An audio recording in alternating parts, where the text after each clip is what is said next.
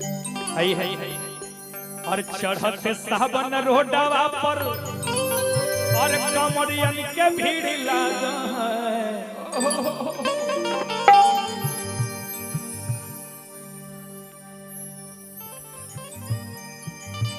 चिंटू भैया को बुला ले। चिंटू भैया थोड़ा सा सामने आ जाइए। ये मेरा आदेश नहीं है,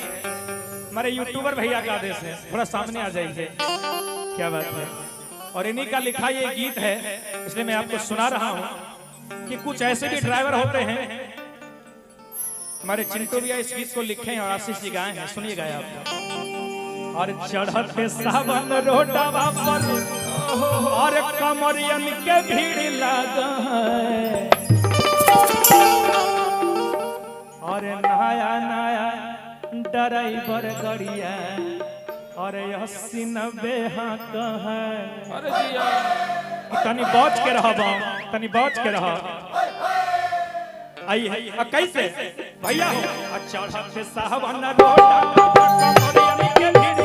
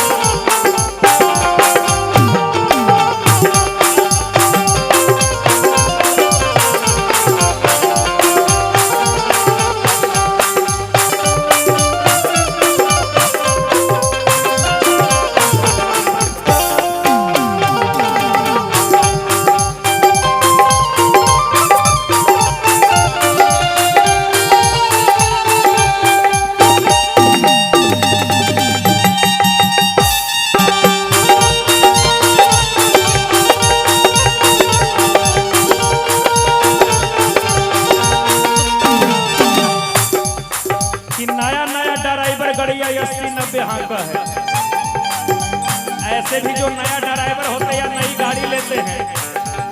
एकदम उनका दिमाग हर समय आसमान में रहता है कि हमारा पास स्कॉर्पियो या बोलेरो या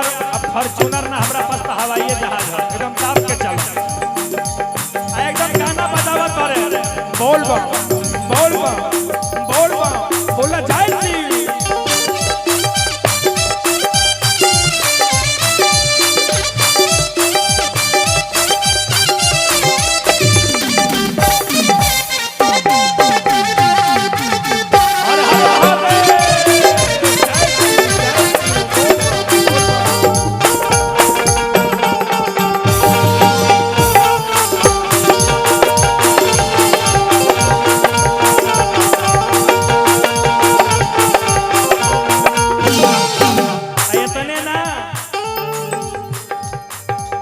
चढ़ रहा है हरदम गांजावे के निशाना,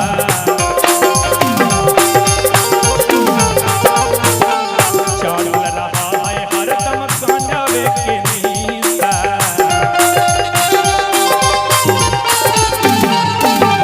रस्ते में भूल जाए देवघरवा के दिशा,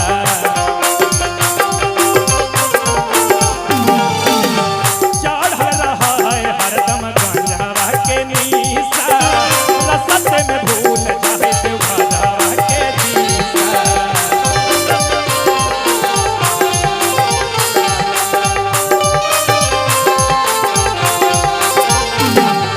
भैया हो और चढ़ल रहा है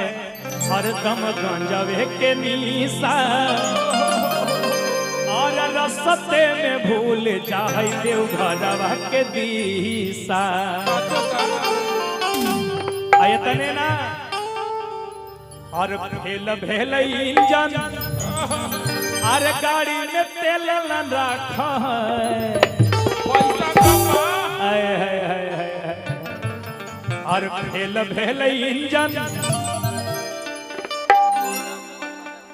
और गाड़ी में तेल न रख चिंटू भैया कैसे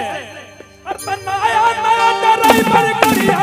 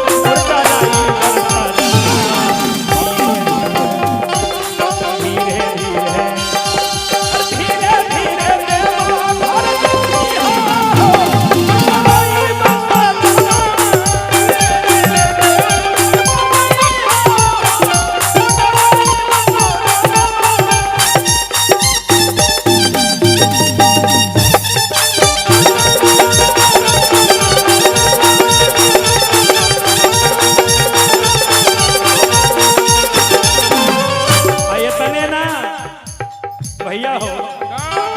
और का कि नया नया ड्राइवर गड़िया 80-90 हाथ है और का तनी भाव के देखल जा देखो देखो आ कहता का भाड़ा वो भी बेसी मांगे देवघर के नाम पर भाड़ा वो भी बेसी देवघर के नाम पर कहै भोरे पहुँचैबो करी रहै शाम पर कि ड्राइवर लोग कितना मन बढ़ गई कि मत पूछो कि देवघर के नाम पर सावन का आ गई कि सावन अब देवघर के नाम पर तो भरे बढ़ा देले बा और भाड़ा वो बेसी मांगा है देवघर के नाम पर कहा है भोरे पहुँचबो करी है शाम पर आयतने ना कैसे आ चिंटू राजा बालक बेदर्दी सुखल भंगिया फाक भैया हो आ चिंटू राजा बालक बेदर्दी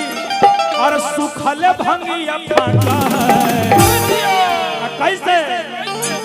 नया नया ड्राइवर करिया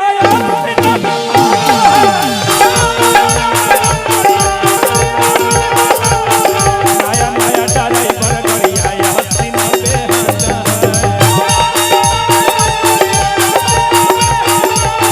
नया नया ड्राइवर करिया